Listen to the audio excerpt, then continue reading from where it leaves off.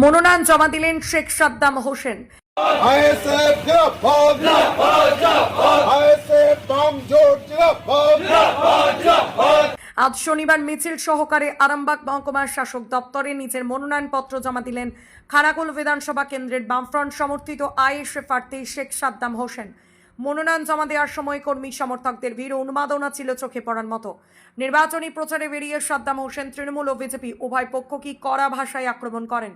দুই ফুলের বিসর্জন দেওয়ার ডাক দিয়ে তিনি স্পষ্ট জানান যে মন্দির মসজিদ নয়, এবারে লড়াই হবে মানুষের রুটি রুজি ও কর্মসংস্থানের জন্য। খানাকুলের কৃষকদের সমস্যা ফসলের ন্যায্য মূল্যের দাবিতে সরব হন। জাতপাতের রাজনীতির বদলে ভাতের লড়াইকে প্রাধান্য দিয়ে সাধারণ মানুষের সমর্থন চেয়েছেন এই সংযুক্ত মোর্চার প্রার্থী। রাজনৈতিক বিশ্লেষকদের মতে সাদ্দাম হোসেনের এই সক্রিয়তা খানাকুলে চিরাচরিত দ্বিমুখী লড়াইয়ের নতুন সমীকরণ তৈরি করতে পারে। শিক্ষিত যুবক ও কৃষক সমাজের একটি বড় অংশ তার বক্তব্যে অনুপ্রাণিত হওয়ায় ভোট ময়দানে এখন হাড্ডাহাড্ডি লড়াইয়ের অভ্যাস মিলছে। আরামবাগ মহকুমার আইএসএফের যে জোট, সেই জোট প্রার্থীদের বাম এবং আইএসএফের জোট বাম আর খাম ছড়িয়ে নিবে জোড়াপুরার পদ্মপুরের খাম।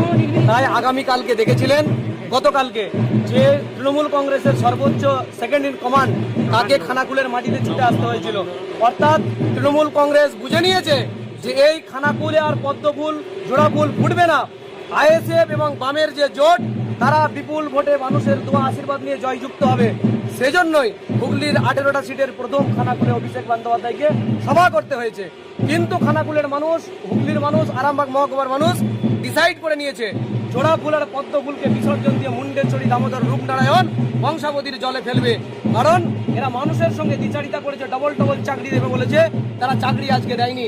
খানাকুলে আজকে প্রতি বছর 2 বার করে প্লাবিত হয় বন্যাতে। সেই খানাকুলের মানুষ তারা ডিসাইড করেছে দুই সরকারি ব্যর্থ তাদের কাজ করতে। আজকে হাজার হাজার হেক্টর জমি চাষের ফসল নষ্ট হচ্ছে, মা বোনেদের সুরক্ষা নেই, শিক্ষিত বেকার যুবদের কর্মসংস্থান নেই, চাকরির যারা কোয়ালিফাইড তাদেরকে চাকরি দেওয়া হচ্ছে না। এই একাধিক ইস্যুতে নির্বাচন হবে এবং নির্বাচনে নমিনেশন করতে আসার আগে যখন সিপিআইএম এর জোনাল পার্টি অফিসে ছিলাম, সেখানে এসআইআর এর ক্যাম্প হচ্ছে, হাজারো মানুষ সেখানে লাইন দিয়ে দাঁড়িয়ে রয়েছে আজ কয়েকদিন ধরে। এটা একমাত্র বাম এবং আইএসএফ এর যে ঐক্যবদ্ধ জোট তারাই এসআইআর এর ডিলিটেড ভোটারদের, অ্যাডজুডিকেশন ভোটারদের পাশে রয়েছে।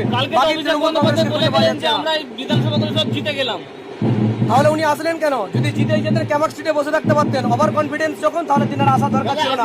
নমিনেশন দেওয়ার পর প্রচারে যেতে পারবেন? অবশ্যই চেষ্টা করব, কতক্ষণ সময় লাগে দেখব। এবং অভিষেক বন্দ্যোপাধ্যায় কালকে যেটা বলে গিয়েছে সেটা আমার মনে হয় নির্বাচন কমিশনের দেখা উচিত। কোথাও যেন তিনি প্রকাশ্যে এবং প্রত্যক্ষভাবে তিনি হুমকি দিয়ে যাচ্ছেন বিরোধী রাজনৈতিক দলগুলোকে। তিনি বলছেন 4 তারিখের পর